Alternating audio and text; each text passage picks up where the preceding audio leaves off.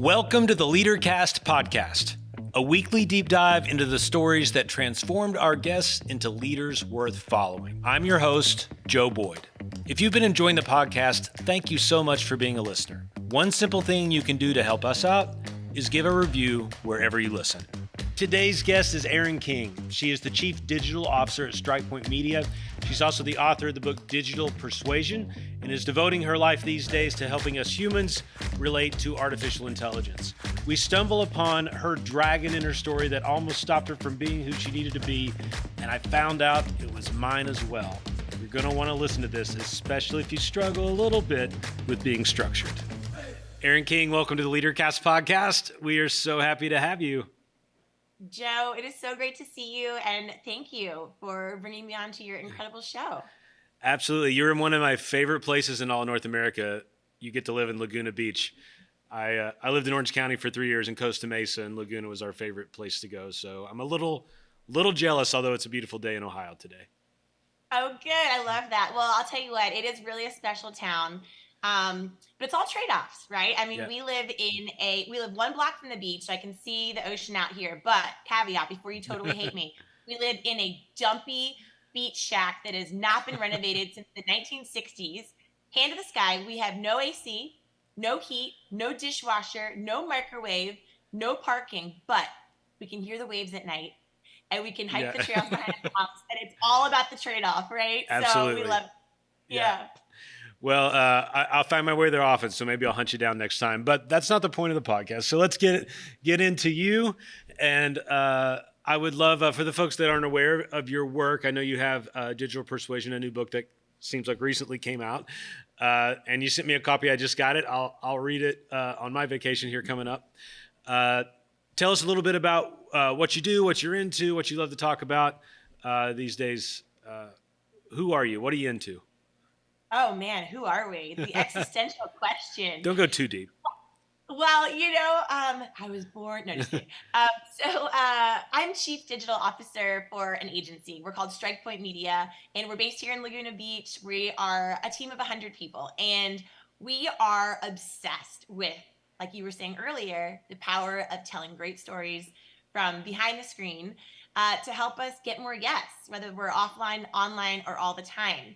And so we've worked with some crazy big brands. I mean, everyone from the Oscars in Hollywood to the United States Navy. I've trained global sales teams from like Visa, Adobe, Hilton, J&J, brag. But what I really find to be so fascinating is that the last 3.5 months, we have had such incredible disruption to our business as contenters, as writers, whether you're an entrepreneur or an agency leader or in corporate or an entrepreneur, anything. This whole AI revolution with ChatGPT and Midjourney and all these crazy tools have really just had us rethinking everything that we're doing. And my book that you mentioned, Digital Persuasion, it came out 5 years ago. And so it was just the week after Thanksgiving last year.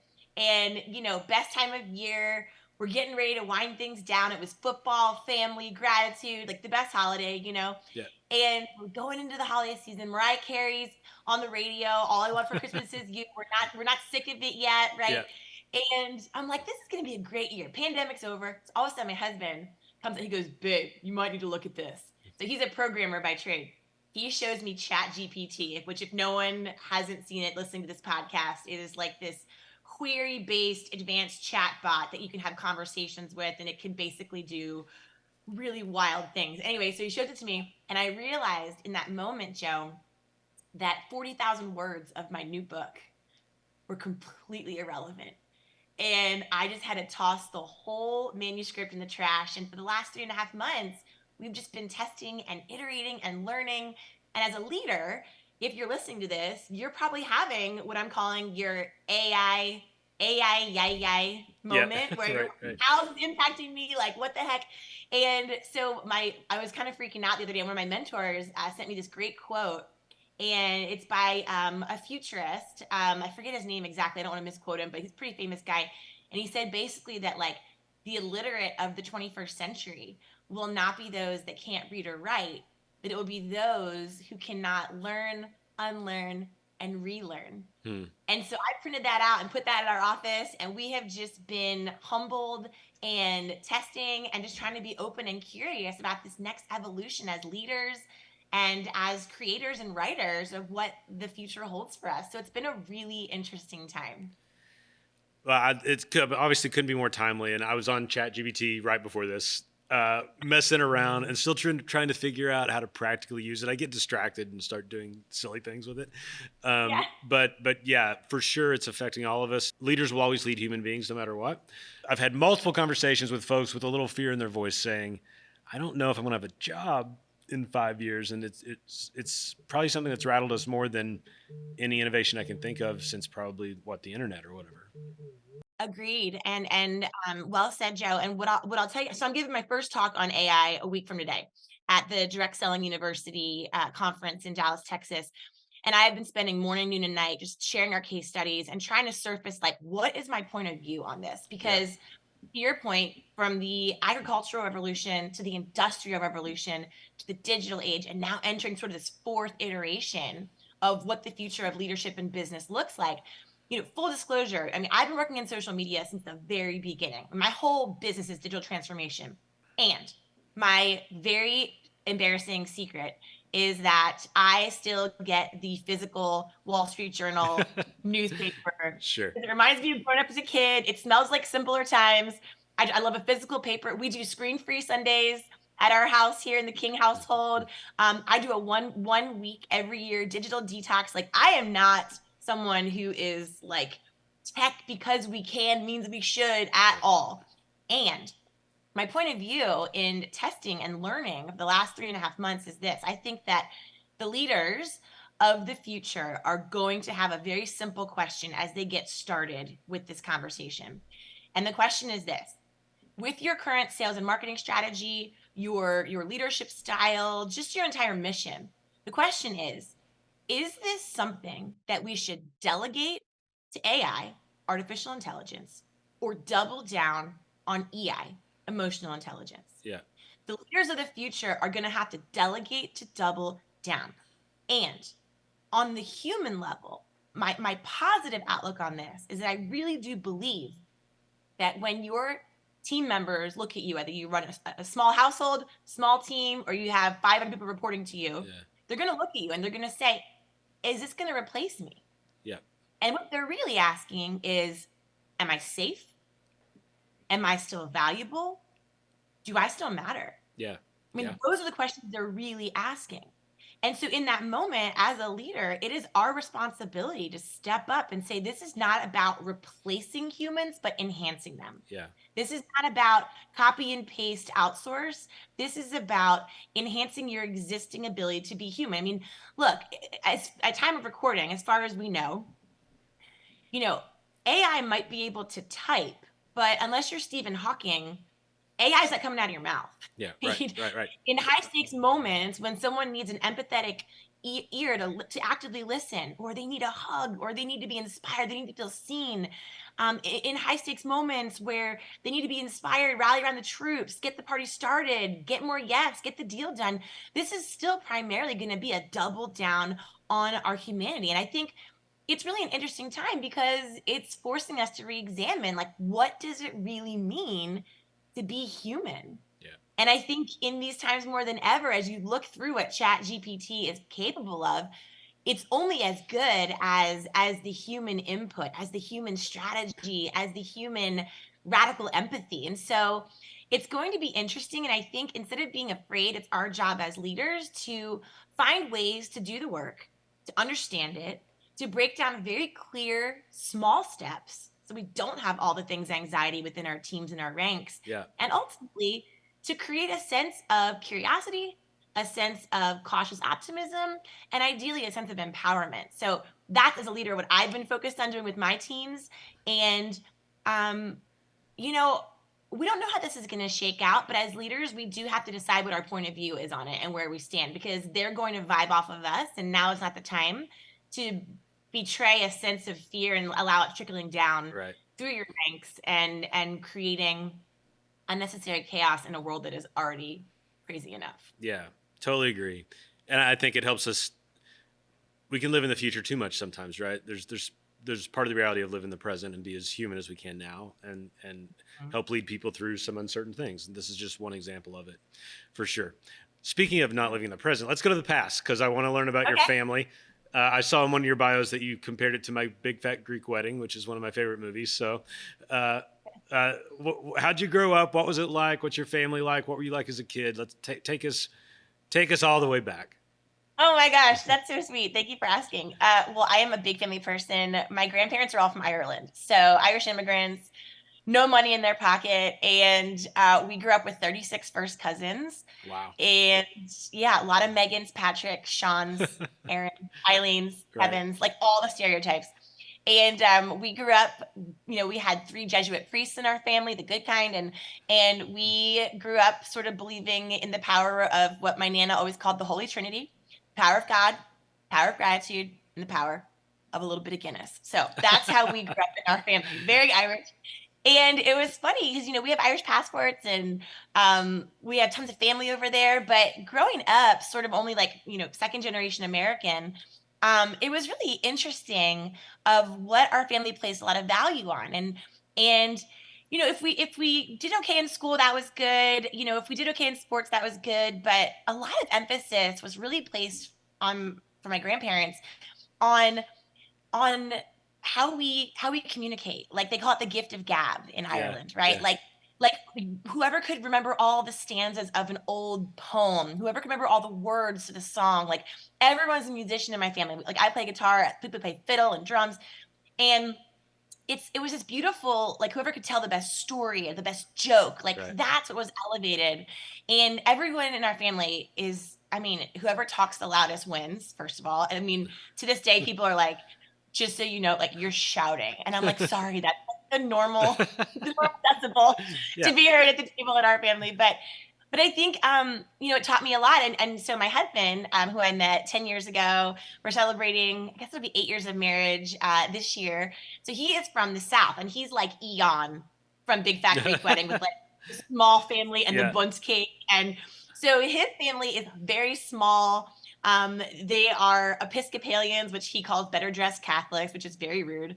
Um, and so in being from the South, it's just really interesting to see sort of what I've learned from him and what he's taken from me. And then when our families come together, just sort of the beautiful contrast Yeah. of he takes all kinds. And yeah, I wouldn't trade it for the world. I feel very thankful. And it's interesting too. I mean, in terms of like leadership, right? So I'm the first woman in my entire family to have ever have generated my own wealth and been in charge of my own business. Like, my grandmother, I mean, was dependent on my grandfather, who was a contractor. I mean, Yeah. he did odd jobs here and there. And then, my mom, bless her, now she's almost 70, but yeah, the women's lib movement was going on and stuff. But, once she had us, she kind of stayed home with us. And so my dad was the primary breadwinner. And so I always watched her sort of, we have to ask dad for money or, you know, hide some shopping bags or, whatever. And it's interesting being a woman in 2023 to really realize, like, in the whole history of my family, I'm the first woman to be an entrepreneur, be a CEO, create my own wealth. And there really is no path or like well-worn advice that I can really look to in that area. And Yeah. so it's interesting to think of yourself as being sort of rewriting Yeah. past narratives and creating new stories for hopefully my nieces and all my godchildren that are up and coming strong, powerful men and women to be able to maybe hopefully like borrow from in the future, I hope. Were you that way obviously like as a kid and even going into college? Were you career minded and kind of knowing what you wanted, like a focused person back then? I don't know if I would use the word focus, Joe. I Yeah. was more the black sheep. Um, you know, being a woman growing up, like let's say, for example, in middle school and high school, and you may or may not resonate with this. I'm not sure how you grew up, and I want to hear more about you as well.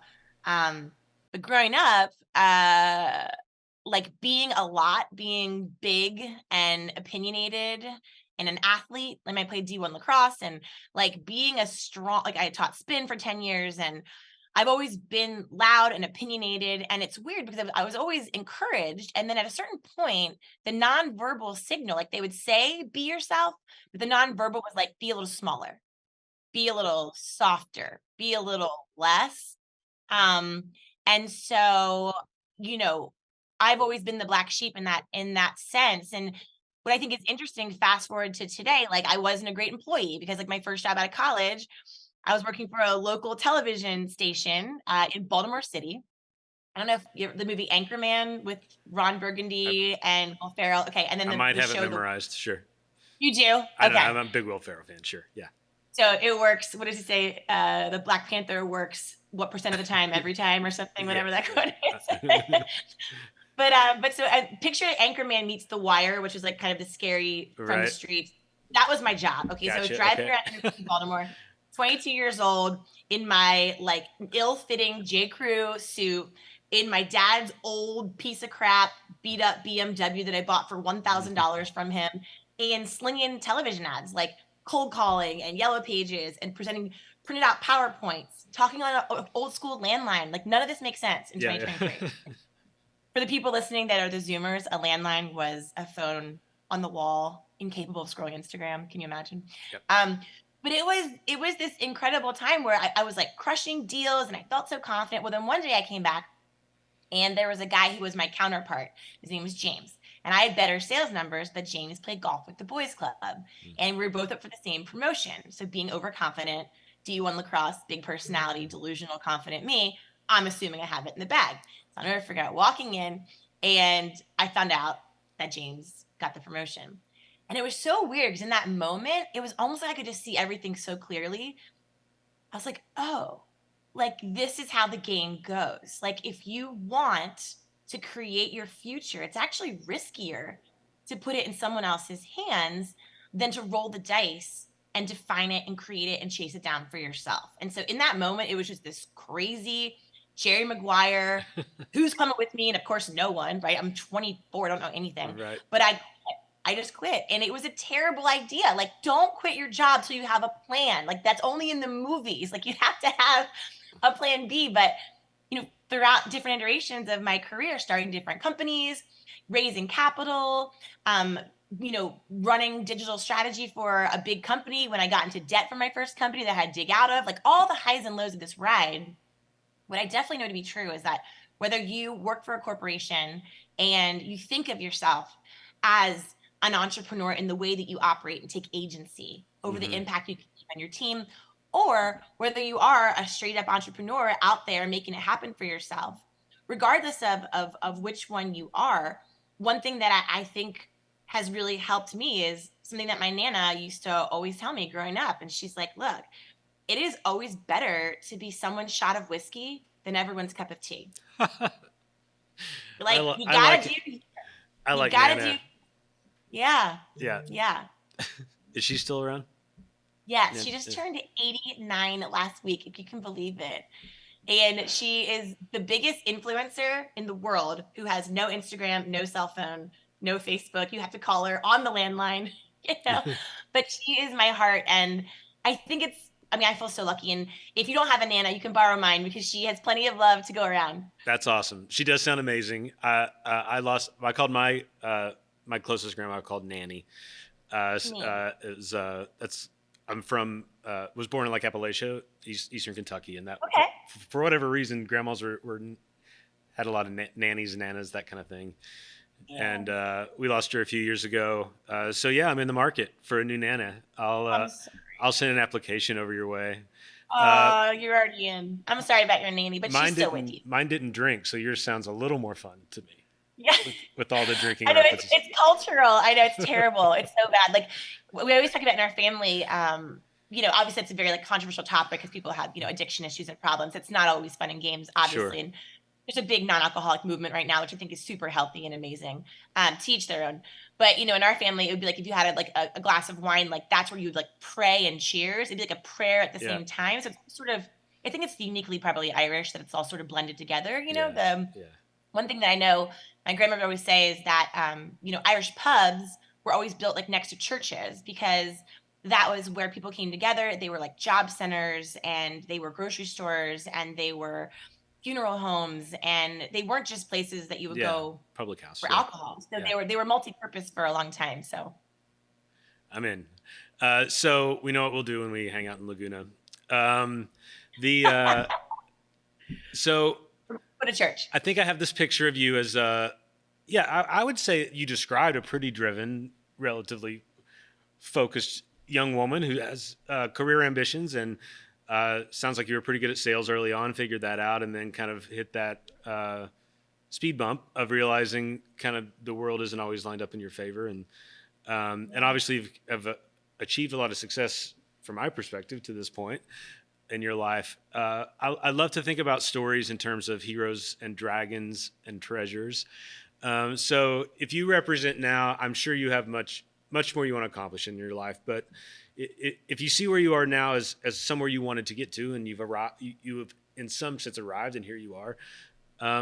What would you say was the dragon or the monster that had to be slayed for you to get where you are? Say from the point where you realized freaking James got the promotion to now. Like what was the dragon to overcome? Oh, this dragon, Joe, is so I have finally slayed it, but it took me my entire career, I promise you. So I'm a 3-time entrepreneur. You know, I had a social media agency that was acquired last year, which is now Strikepoint, where I'm on the board as chief digital officer. But prior to that, I raised 7 figures of capital to start an e-commerce delivery service that was featured in Forbes. And within 18 months, we were forced to shut it down because we had an offer for the URL, a 3-letter URL, that was 10 times the valuation of the business. So that was a huge failure. We can dive into that in a second. And then I had my very first company I started when I did the Jerry Maguire move, which was stupid. Yeah. That only lasted 8 months before I was in credit card debt, trying to pay my employees with personal cash advances on my card. Learned so many lessons. I could talk about lessons in business all day, every day. And many of them are in both of my books. Yeah. Full circle it real quick to your question. The dragon that I had to slay was that I believed that if I wasn't allowed to just operate my businesses the way I wanted to, you know, cancel a meeting on the fly, hire and fire, follow my creativity. I felt like if I didn't have the freedom to just operate as I felt in the moment, that I would be more constricted, that I would be basically, I might as well have a job. And there's nothing wrong with having a job. Yeah. No shame in that game. If you're going to play it right from the beginning, have a plan, climb the ladder, and make sure it's worth it, right? There's trade-offs to all different ways of being a leader in this space of time. But what I had to learn was that I am not a detail person. I am not organized. I'm a big picture person. I get everyone fired up. I get them saying yes. And then I'm like, who do I hand this off to? Because I don't want to do details or organization or frameworks or systems. But what I've learned, and my friend Mean James has a great phrase for this, is that systems create freedom. And I have never learned to slay a dragon like forcing myself. I'm a creative, I'm a writer. I feel more comfortable in the chaos. That creating systems for time management, systems for automation, systems for processes, systems for even how I block out my thinking and my writing and my creative time. Creating systems is the biggest dragon that everything in me was vehemently opposed to with every bone in my body, because it felt restrictive, but in fact, it was the opposite. And when I learned to really take courses and read books and learn from mentors on how to better manage my time and develop clear systems, these habits over time is like the game changer, where I went from having a lifestyle business to actually building a 7-figure empire that I'm super proud of. And I think that once you get to that point, the next dragon that you have to slay, which is the one I'm facing down, it's breathing fire on me right now, is that we have to be careful as leaders, because as we level up, what happens? We set the pin further, we set the bar higher. We're on the hedonic treadmill. We're on, it's this classic, like more of the more. And so what I'm being more intentional about now, the dragon I have to slay, is to remember that the leader you are right now, what would Joe from 5 years ago have thought about him? What would Joe from 10 years ago have thought about him? You know, as high performing individuals and achievers, sometimes it's really hard for us to take a minute and really savor in what we've accomplished. Grateful for what we've been able to impact, and just take a minute to acknowledge it and marinate in it, and then use it for good. Like, are you using it to spend time with your friends and family? Are you using it to make an impact with a give back? Are you using it just to breathe and feel the moment? And otherwise, kind of what's it all for? Um, and so I think that particularly as a high performing achiever in 2023, as a leader, we are constantly doing more of the more. And I think the dragon to be slayed is to ensure that you are recognizing those wins, honoring the progress, and finding joy in the journey, which sounds so beauty pageant and cliche, but it really is, I think, the dragon to be slayed. Yeah. Well, first of all, thank you for saying that, and your two dragons make a ton of sense to me. I will try not to turn my podcast chair into a therapy chair, but you pretty much described me as well. Do you do Enneagram work? Are you into that at all? Yes, are you? Let me guess. Are you a 7? Yeah, are you? Yes. Yeah, I'm a 7 too. Yeah, I'm a 7, but I'm a muted 7, whereas you project a lot of traditional 7 kind of energy. I'm an introvert. I've got a little depression I struggle with, so I don't necessarily automatically project. But what made me convinced I tried to live my life as an Enneagram 4 for 10 years because I wanted to be that. But it's exactly what you described for those of us. And if you're not into the Enneagram, I apologize. You can fast forward this podcast, go to the next one, whatever. But it helped me so much. And just seeing that the second I feel trapped, I'm in my worst version of myself because I want to have options. And waking up in the morning with no possibility of an adventure or an option is really hard for me. And most of my life, I equated structure to a prison. And your idea that it is freedom is for those of us like us, which might only be 10, 20% of the people listening, but is there a resource or so folks hearing you say that driving in their car, they're like, that's me. I need structure in my life. I've known it. Yeah. I just haven't. What should they do tomorrow or today? Right. Okay. So if they are an Enneagram 7, which I think it's hilarious, by the way, that you tried to make yourself a different Enneagram, because that's a very 7 thing to do. Sure. Yeah. So, and I also just want to applaud and acknowledge you for calling out that you've struggled with depression. I think that's so healthy and just very vulnerable to be able to call those things out. I have struggled with that in the past as well, believe it or not. And I just think that the more we can be brave enough to share some of the shadow sides of our superpower, that it just empowers and authorizes others to be able to do the same. So I just thank you for saying that. I think that, if you are a 7, if you are a charger, if you are a leader, a lot of us have a similar, like, all in. Like, once we've decided we are going an 11 on this thing, not Enneagram, like scale 1 to 10. Right. So for me, when I finally realized like this need for uncertainty, this need for adventure, this need for what's going to happen, how's it going to go down? Yeah, it releases, some feelings of creativity and maybe feeling alive and shaking things up. But at the same token, it was holding me back from getting out of a same pattern. And so I went all in. I mean, I bought the books and the courses, and I'm like, I'm going to become the most structured. This is like classic, like James Clear Atomic Habits. Like, you're not going to transform your whole life overnight. It's like, you're not going to eat 19 pizzas and diet starts Monday. And then, that's not how it works, right? It's little teeny habits, these micro moments of improvement. And so first thing was ditching this idea that we're going to become someone that we are inherently not. Okay.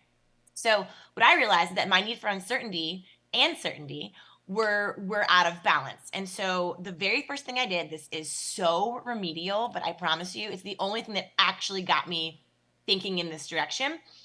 I bought a big, beautiful, glittery planner, okay, which I'd never even had a planner, like a physical paper planner, none of this Google Calendar, phone stuff. A trapper planner. Keeper for those of a certain age. A trapper keeper, a daytimer. Yeah. And I just started very small. I said, I am going to pick one day a week, and I am going to try to have the majority of my meetings on one day a week, because I'm a sprinter. if I have the hair and makeup on and it's like a Tuesday or a Wednesday are my best days, my brain's firing. And instead of having client meetings scattered throughout the week, I was like, I'm going to try to make at least 80% of my meetings happen on Wednesdays. That is the dumbest little small thing, but just that one little element of structure, it was crazy. Because then Joe, all of a sudden, like my calendar, I blocked off, right? And sure, it took some like navigating. And maybe if you're a leader, you don't have that luxury to like just have one day a week of all your meetings. Right. But whatever that version is for you, maybe you only do meetings after 11, or maybe you end your meetings by 3, or whatever it is for you. Like just one simple rule for how you engage with others in the most energetically exhausting component of most of our jobs, which is listening, helping, serving, brainstorming, untangling necklaces. It transformed my entire business. Because what happened was I realized I started to tune in and say like, oh, when is my zone of genius? When can I do what only I can do? Well, my thinking and my writing and my ideas, I don't know about you, but I go to shower church. You get the best ideas in the shower, right? Like you're in the shower and all of a sudden as the water rains down, the ideas, the brilliance, the downloads from wherever pour out of you. Well, I would find that I would like be running right to a meeting from the shower. Well, now I run out really fast and dripping wet and smearing the ink. I crank out all those ideas onto my notes of my planner. And those ideas have taken my ability to serve my clients and my business to the next level. So that started it. But then I was hooked, right? So it went from one day a week on Wednesdays as meetings to then I was like, from when I wake up at 5, I'm gonna start waking up at 5. I used to get up at 7. Okay. So I'm gonna get up at 5 o'clock, 5 a.m. club, right? I'm just gonna do it for 1 week. Well, 1 week, that was like 3 years ago. Now I'm up at 5 every day. I'm nun night by 8:39. When I have friends that are like, you want to get dinner at like 7:30? I'm like, are you crazy? That's my bedtime. So in that, it was like one more little structure that kind of changed my life. Well, then from there, it's like, oh, I noticed that after 3 o'clock, I really am done. I can't write. I can't think. I can't create. I can't deal with humans. So what I realized, so then the third thing, I was like, all right, well, what if after 3 o'clock, I do all my emails. I do all the like emails and reports and all the kind of mindless, mundane things that we're about to be automating to AI anyway. But so that was the third thing. So bit by bit, you just kind of take one thing at a time. And now my entire week, like my assistant will tell you exactly where I am any point in time, whether I'm on the road or not. And that structure has brought me this like deep sense of peace where now I have a huge team. I have all these clients. You look at my calendar, you think this girl's stressed the max. My stress has never been lower in the history of my career because that is the freedom that this structure has afforded me. But you just start small, just one thing. Yeah. And then it's crazy. You're like, oh, wait, now I'm a structure person. That's insane, right? I can hear through their car radios or iPhones or whatever, people yelling, I've been doing this since I was 8 years old. What's wrong with these people? Like, right. So some people, a lot of people do this naturally and normally. Totally. But for those of us that don't, it is for sure a discipline. And it's so important to talk about, and often, not always, but often is a more creative type that can want to be a little more free flowing. Have you ever read or gone through the Julia Cameron's Artist Way stuff? Morning pages? Yeah, the morning pages. So that's one for me that helped me, especially like through my 20s when I discovered that, just having the discipline to, she tells you just to write for a full page and you never read it again. It doesn't matter what you say, but just get it out of your head. And little things like that, like you're saying, can start the domino effect of wanting some more structure in your life. So, And let me just speak to the people that were just shouting into their radio, because that is my sister-in-law, that is my brother, that is my right-hand gals on my team. Now, the dragon that they're trying to slay is different. They don't struggle with uncertainty, a need for uncertainty. They struggle with the stuckness of so much certainty. Yeah. And on the other side of that spectrum, I believe that, like, I mean, I have another one of my girlfriends who is type A to the max, and she found herself struggling with just not feeling alive, just feeling like I'm going through the motions. Like I am AI, like I am a robot, and I can't seem to shake myself out of it. Yeah. Now, people like that, there is a huge element of, if you are structured and you are organized, can we take a look at that schedule? So pull over your car, open up your perfectly organized day timer since you were 7 or 8, And I want you to point in your journal, in your diary, where is your you time? Yeah. Where, and I don't mean your workout, because that's bullshit, bullcrap. Your workout is a given, okay? You have to be fit. You have to be healthy. I think that this idea of your workout being your you time is very 10 years ago. I am talking about straight up reading a fiction book that's not going to improve your IQ, but will just help you to escape for a minute. Yeah. I'm talking about the walk and talk with your bestie from college, where you guys have no agenda. You're not organizing anything. You're just walking and visiting. I'm talking about the self-care moment maybe for guys and gals, it's going to hit golf balls. Maybe it's, taking a minute to go get your nails done without doing emails. Like, can you schedule that one moment a week? Like, Yeah. you have an hour a week somewhere where you're not beholden to your team and your family and your standards and your schedule. And I think that is the missing piece for someone that's like, why do I still feel stuck? It's like, because there's an element of you that feels underserved, that feels too scheduled. So, can you commit to it? Talk to your partner, talk to your team, and find a way to, like, you feel like, oftentimes I give this advice and people are like, I just can't. I just can't. And it's like, try it one time and tell me what goes wrong. And I promise you, I will pay for it to be fixed. I will find a fix. Tell me what goes wrong. Just try it one time. Yeah. And every single time they try it and they go, oh my God, it was crazy. Like, nothing happened. Like, it was fine. Like, I actually can. We're creating this narrative in our mind of scarcity abilities. I love it. As a kid that grew up in the church, that's a good word, Erin King. That's what we would say. That's a good word right there. That whatever we all tend to, especially through life, over rely on our strengths, and we can overcompensate and not give ourselves the freedom to paint a picture that we are the structured one, we are the one that works the hardest, and then it feels like cheating to give ourselves permission otherwise. I think there's a ton of people that learned a lot. Unfortunately, we're out of time, and I'm sure you have scheduled out what you're going to do next, so I need to go let you do that. And thank you so much for being on our podcast. If you're up for it, I would love to find lots more ways to get you involved with the LeaderCast community, because I think your voice is awesome and so important. Could you let everyone know if they want to get your books or shoot you an email or whatever you prefer? Can you let folks know how to reach out to you? Absolutely. I'm at erinking.com, ERINKING.com. And I only really play on one social media platform. That's all I can handle at this point. And that is Instagram. That's at mrs.erin.king. Please send me a DM. Tell us what you loved about the show so I can relay it back to Joe. And just so grateful for you having me on the podcast. I can't wait to become an avid listener and hear your future guests, and just cheering you on. And thank you for the time. Thank you so much, Erin. Take a walk on my favorite beach. It's across the street from your house. And have a great rest of the day. It was great to meet you. Thank you, friend. You as well. Okay.